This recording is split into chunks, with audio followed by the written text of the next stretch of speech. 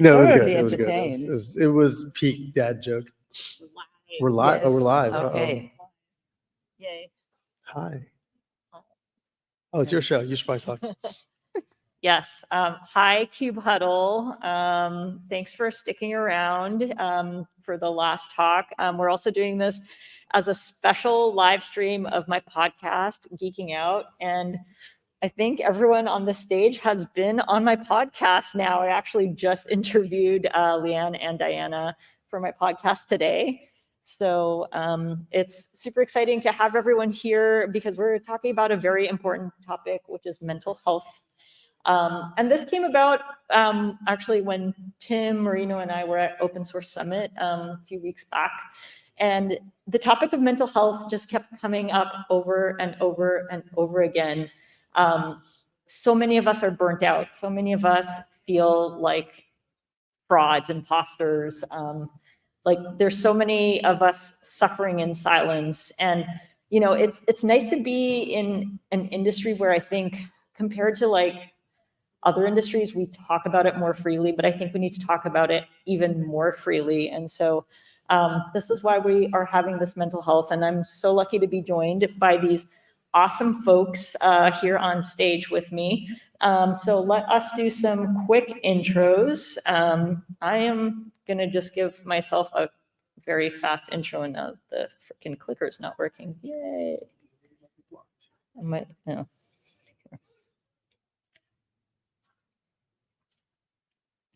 It's like computer fails today. Like we can just. Good luck finding the mouse on the other screen. Oh, it's because it's on the other screen, Tim. On the screen that's on the bottom.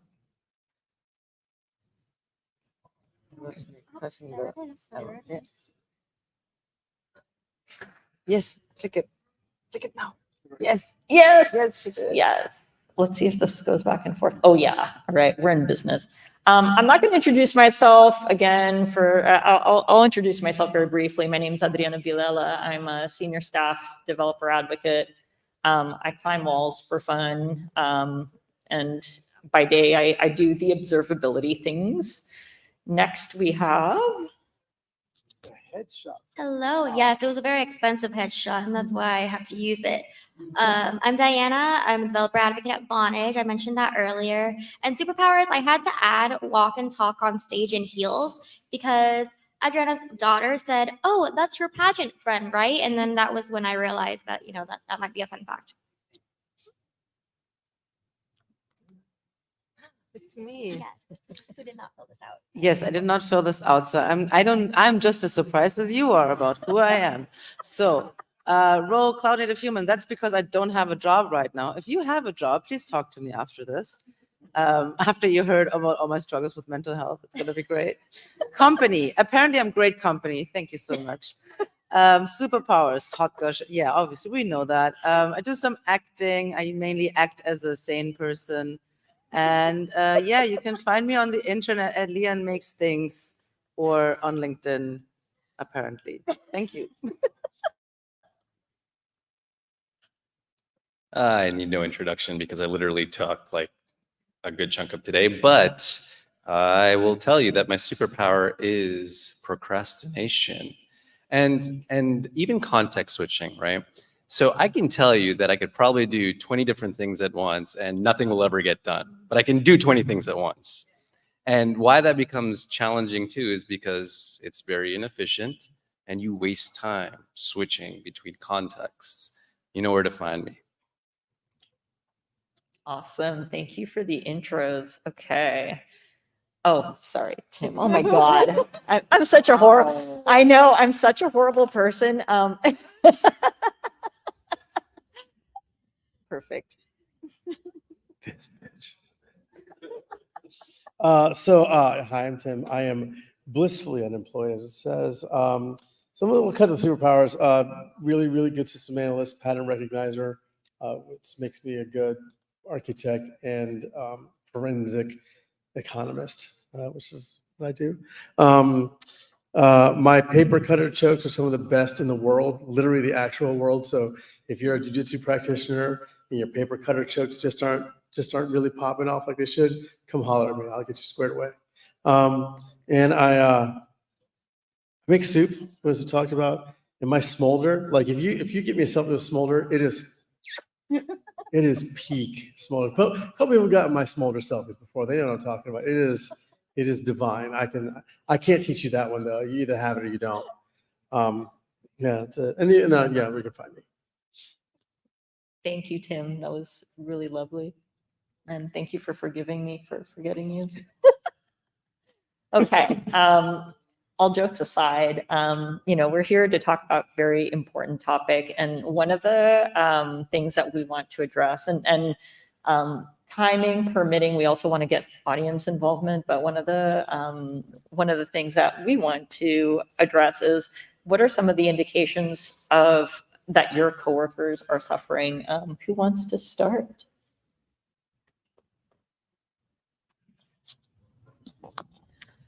Yeah, so for me, just to give you like a quick, one of the reasons why I left my job last November was because I felt I was burning out, and it was my second burnout in like 3 years. So I was very familiar with the feeling still.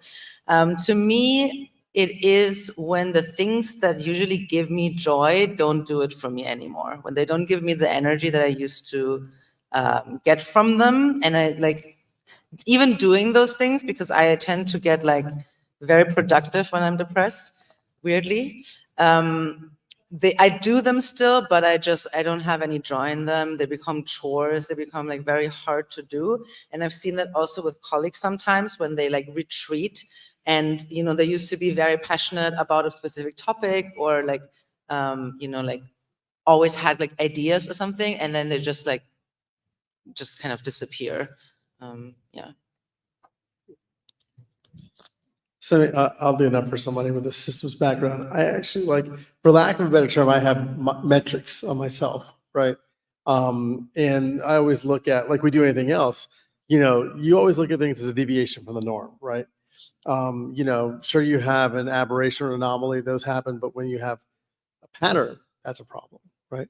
And so like I keep mentioning, like, hey, when was the last time I washed dishes? When was the last time I cooked for myself? When was the last time, like, am I making my bed? Am I doing my laundry? Like little things I check in with myself on, like, hey, am I doing these things? These could be leading indicators of a problem, right? And it's really interesting to have, there's a lot of trauma behind having to have had debug my head and have a run book for my own mental health, but it's been important, right? And in so doing, I keep tabs on my friends and loved ones. Same thing, like, hey, when was the last time you ate? And that's a big one. Like, when was the last time you ate? When was the last time you took a shower?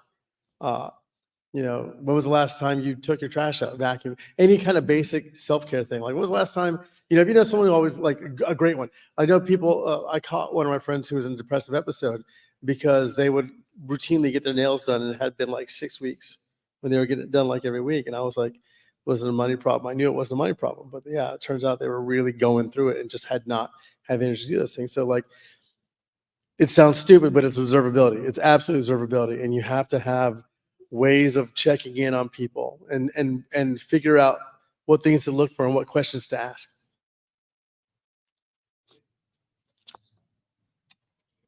I guess I have a little bit of a different take on this just because I've been that coworker who is suffering. And I do notice, not at my current company, but there have been times where I can be a horrible person to people on my team, and that's just me projecting because I'm having a horrible time.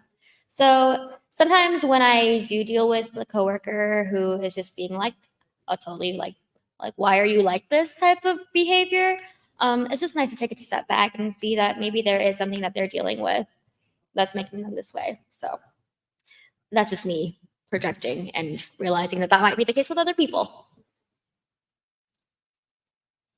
Burnout is an interesting thing. A couple of years ago, I was at KCD Berlin, and I had the opportunity to talk about burnout. And I was actually very surprised about and around how many people were feeling very similarly, right? They felt that everything that they did in their day jobs wasn't really getting them to where they needed to be. It wasn't providing them the satisfaction that they were hoping for. And it felt like a vicious cycle, something that I was just basically relaying to them. Because sometimes we do a lot to tie our identity to our careers and what we do in our day jobs, because it's probably the most sense of value that we can see and recognize very easily. Oh my gosh, I'm like a principal engineer somewhere and I get to do X, Y, and Z.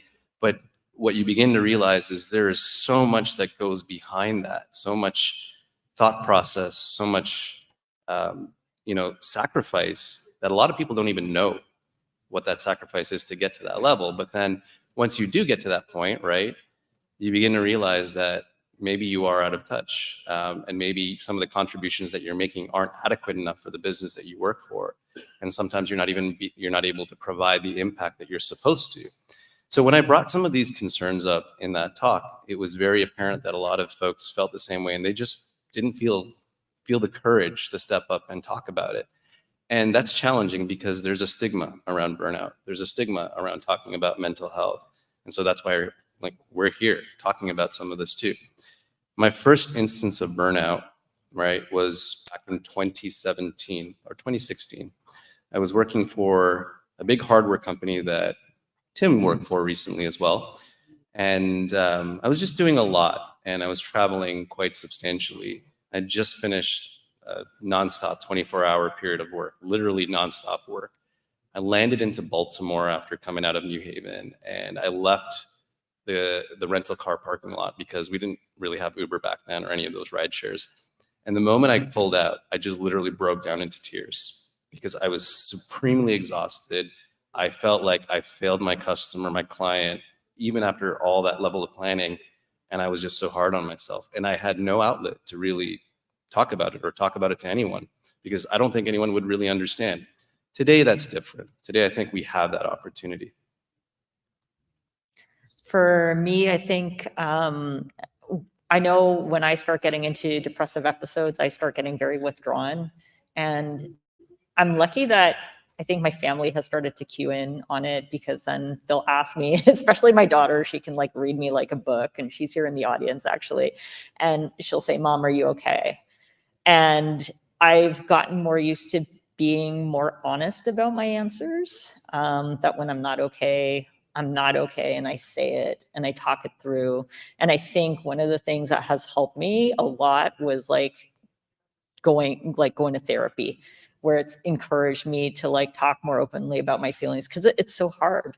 You're talking to a stranger about your feelings, and that means that you have to admit things to them that you wouldn't even necessarily admit to yourself. So I think, asking a loved one or coworker, if they're seeing me a little bit off, "Are you okay?" That goes such a long way. All right, next topic. How can we prioritize and take care of our mental health while advocating for others to do the same? Who would like to start?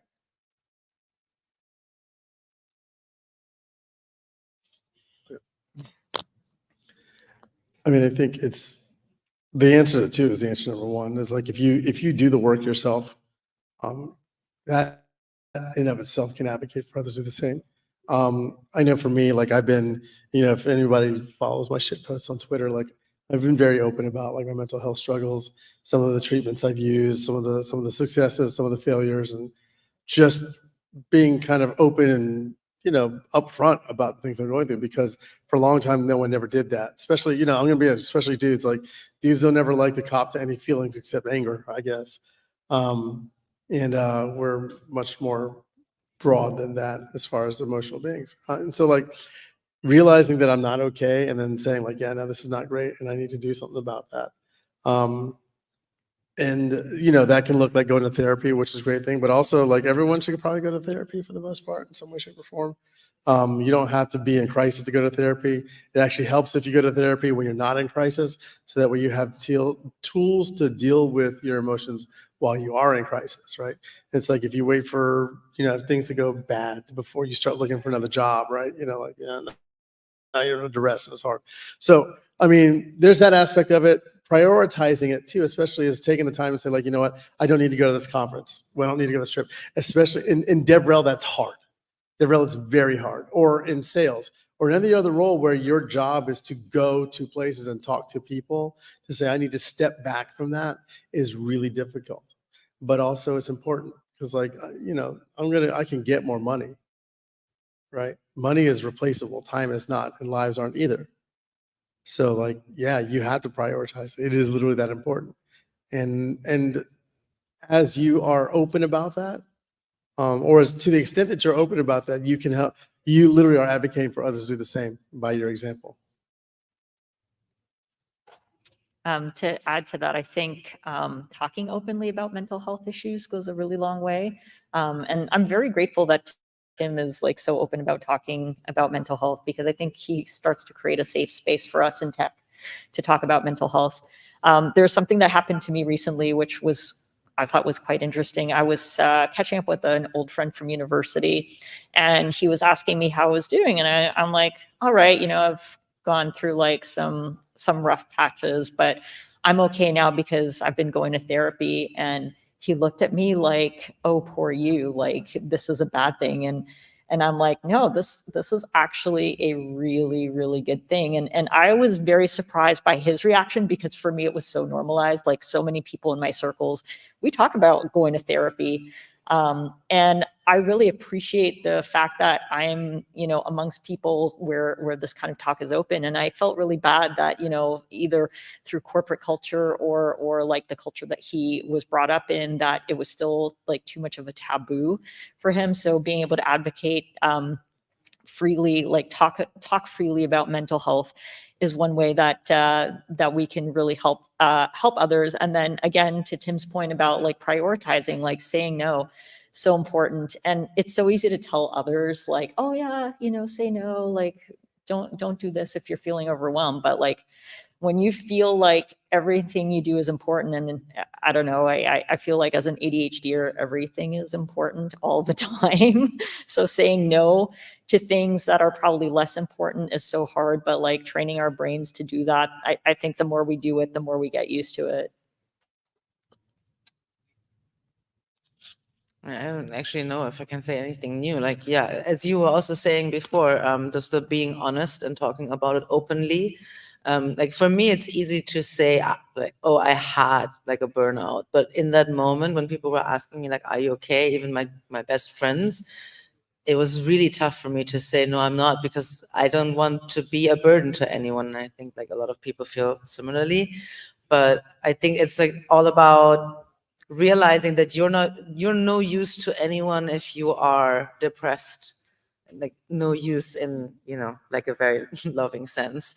But yeah, no one wants to see you down, and you need to, like, the way that you would treat your best friend, you should like be treating yourself like that as well, like at least that well, I think.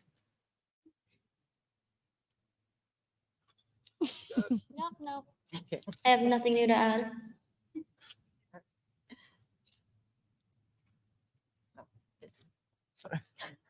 Okay, next topic is what changes in the industry and our environments would be beneficial to mental health going forward? Let's start with Marino.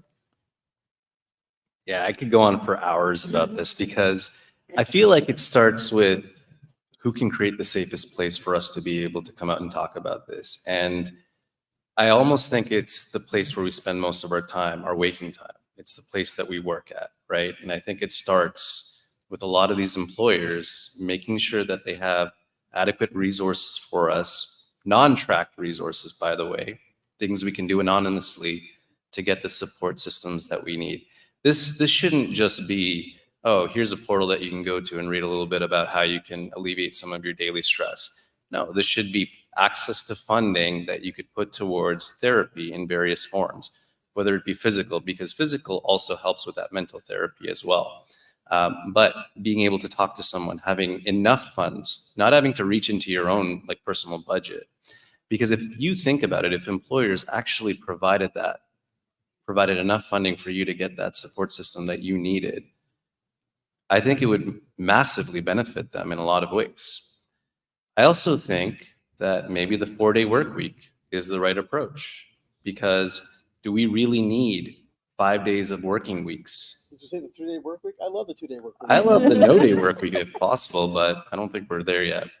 But a 4-day work week is a good trade-off, right? I don't know how that gets split up, but companies need to consider if they want to maximize our contributions while also offering us that mental space to recover, they should really consider it. And I know companies that are doing this today very elegantly.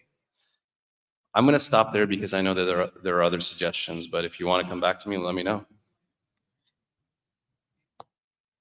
So something that I came across very recently in the past, I want to say year, is just being aware of leave of absences. So I don't know how it is in other countries, but at least for the US, like I didn't know that this was an actual thing. And my manager had explained to me when he noticed that, like, my mental health was deteriorating. And he was like, hey, if you think you need this, it's an option. So you can go to HR, get the documents that you need. And it's like a whole legal thing where you are not required to tell your company like what's actually wrong. Once you're cleared by your psychiatrist, your doctor, whoever it is, then you can get that leave. And if your company offers that benefit of like getting that time paid off, then that's really awesome. So just knowing that that was an option was really nice for me. I actually love the fact that Adriana, she had invited me to be on this, and she was like, oh, Tim's on this too. And I thought I hope it's okay for me to mention this, but I mentioned it to Tim where I was just like, I don't know if I should get this document because it cost $50 to pay my psychiatrist to fill it out. And he was like, no, you definitely should, just in case like I ever do need it, because it got very close to that. In the end, I didn't. Maybe one day I will, but it just gives me a lot of peace of mind knowing that that is there and that document, like Tim had said, go to therapy, do whatever you need, more so for preventative measures. So when, shit hits the fan, you're not scrambling. And that's why I'm actually really glad that I went through that process. So just knowing that that's an available thing and knowing what your company actually provides is just a really good step of moving forward into prioritizing mental health.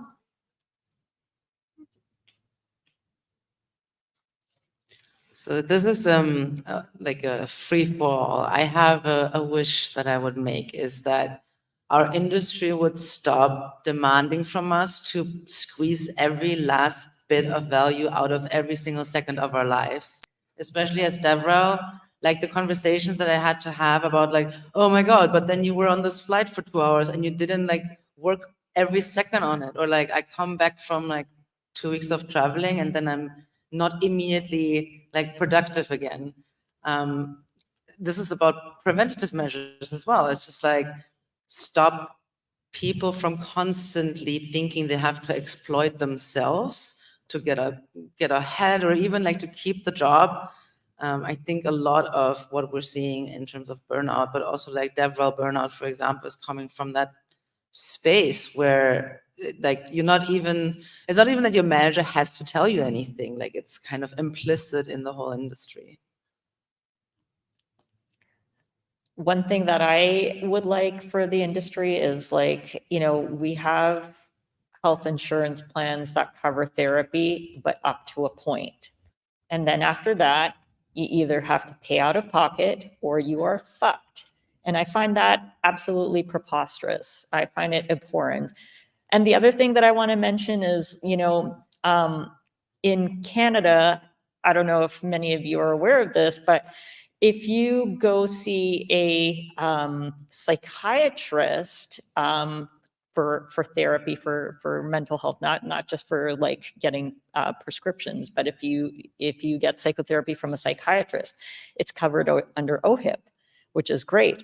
But there aren't too many psychiatrists in Canada who practice psychotherapy because that's not where it's lucrative. So then a lot of people are getting their psychotherapy from social workers and psychologists, which is perfectly fine, and they're very qualified, but it's generally not covered under OHIP unless those practitioners are associated with a hospital. And to me, like, it's absolutely appalling. Like, mental health is health. If our minds aren't working properly, then our bodies can't function properly. So having like proper healthcare support, from the Canadian government, since we have the, you know, quote unquote, universal healthcare, and also from our employers to provide more than the piddly, like 6 weeks of coverage or whatever of therapy. And after that, you have to like pay out of pocket. So that's what I would like to see.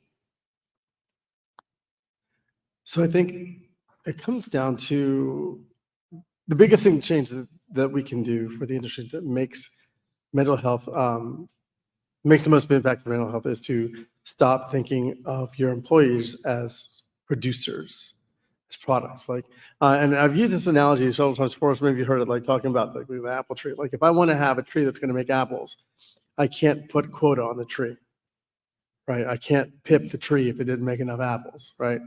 You know, I have to take care of the tree. I've got to water it. I've got to fertilize it. I got to, you know, keep bugs off of it. I need to make sure it's got like the right nutrients in the soil. I got to do all these things. I have to take care of the tree, right? And if anyone's ever planted a tree, that first year, you're not going to get no apples. Maybe you're not getting a second year, but like eventually it's going to start producing. And as long as you have taken care of the tree, you're going to get apples from the tree, right? You can't expect to get good production out of something where you only care about that which it produces, right? So what ends up happening is employers look at their employees as people that produce code, or people that produce uptime, or people that produce sales, or people that produce content, or people that produce this, right? They look at them by the things they produce, and they don't look at them as people. And if you take the time to nurture and develop and take care of your people, right, the people will take care of you. And we saw that in the pandemic, right? In the pandemic, we saw the companies that did the things that were hard and the things that were expensive to take care of their people did pretty well, right? But the companies that didn't take care of their people, that's how we got like the Great Resignation. That's why we had a bunch of women leaving the industry, because we didn't take fucking care of it, right? Because we made them make these choices, right? And it's the same thing I tell about my personal. These companies will get more money. They have money for days. None of these companies do less. They don't. They have the money, right? It's just getting them to invest in their people with that money instead of just returning value back to shareholders. But you know, far be it from me to say late stage capitalism is to blame, but it is. That's a different panel. Okay, Marino, do we have time to open it up to the floor for any questions that they might want to ask? So yeah, does anyone have anything that they want to ask related to mental health?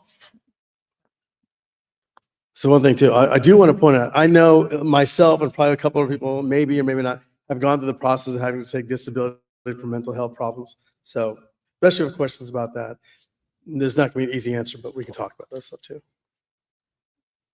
And remember, this is a super safe space. We're all friends here. We want to be able to support and help you. So, Unless you put beans and chili.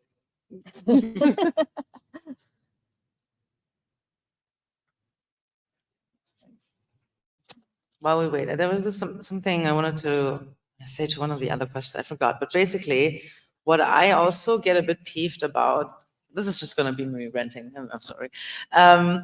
I don't like that sometimes I feel like I have to disclose my health situation to get treated in like an empathetic and kind way. So I worked for this company, and one of my colleagues had ADHD, and he's very open about it, which was great. And they treated him very kindly and empathetically around the things that he specifically said will trigger his ADHD or how it comes out in him, which was great. But I have ADHD too, and I didn't feel that I wanted to disclose that to the bosses, right? And I didn't like that basically they could treat him that way, knowing that, you know, like he can't help or whatever. But with me, because I didn't disclose, they just expected me to like function in like a neurotypical way. And I would like really like it if we could, instead of treating people in special ways, like, oh, you have this thing, so I'm going to treat you this way, and you have this thing. So like if we could just all be treated with, you know, empathy and kindness, if, you know, I don't have to say this is a medical condition. There was a question there. I was thinking of something earlier.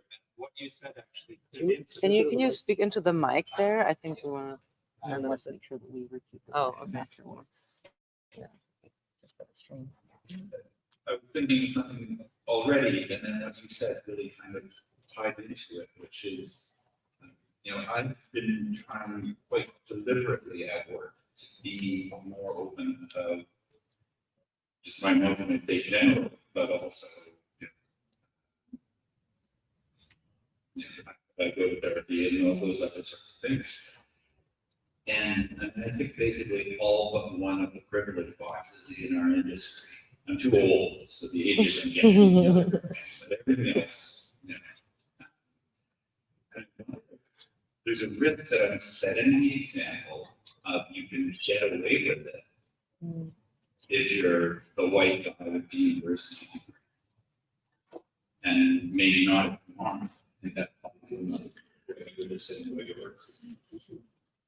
I think to that end, sometimes we let perfect be the enemy of good, right? So it is better representation that you have someone who checks a lot of the privilege boxes, does go to therapy, right? Because it's for everybody, even the people that maybe don't look like they need to go, right? Or people don't think they need to go. It is actually, one of those things like I never would have thought. Well, why the fuck not? And so like, yeah, it's fine. It is, I'm dumb. I can't speak for everybody. It sounds fine to me, right? Because you do go to therapy. Why would you hide it? When we say like, make things visible, make things present, make things normalized, that's what we're talking about. No one should feel stigmatized for it.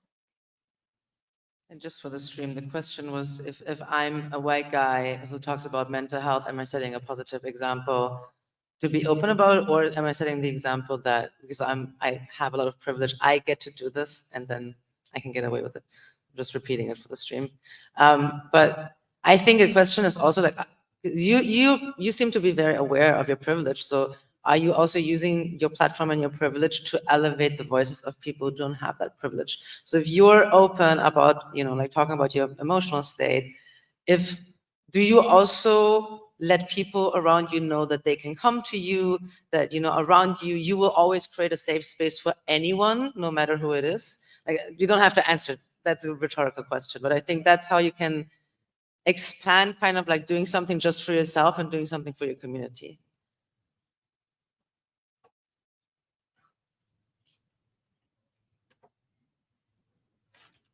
Can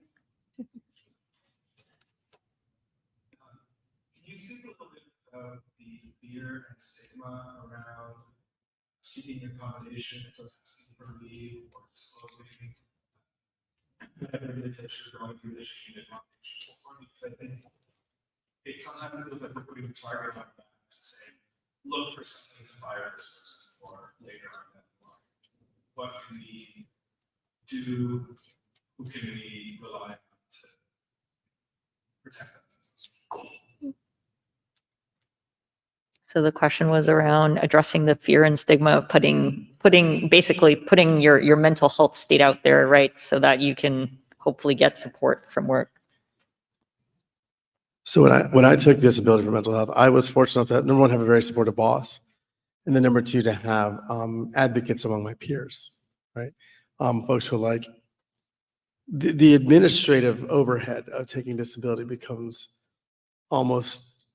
harrowing, almost insurmountable when you are under duress in that way, right? So having someone who's like, hey, I'll run this thing. Oh, don't worry about trying to look up your badge number. I will go and pull it out for you. Like those things like that, perfect. People was like, yeah, no, I can go such a way thing. I'll take that meeting for you, right? Don't worry about this project. Like people who can help you offload things are invaluable, right? But the other thing that you have to remember is that whatever job you have is no good to you if you're fucking dead. Right. So in the end, you have to do that calculus.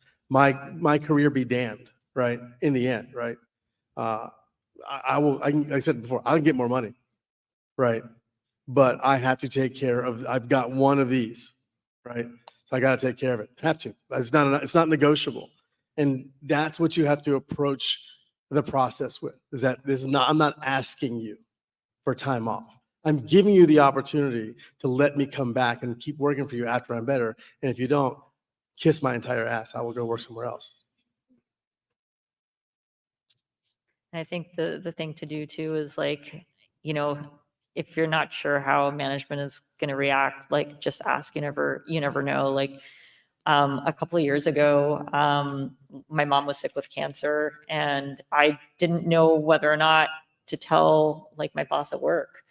And I'm so glad I did, because they ended up being super, super supportive about it. And it just made it so much easier. And they got a couple of other coworkers to talk to me who, you know, had gone through like family members dying of cancer. And it made, you know, and unfortunately, like my mom ended up dying of cancer, but it having that support from my coworkers made it so much better, because I did talk to them about it, which was so helpful.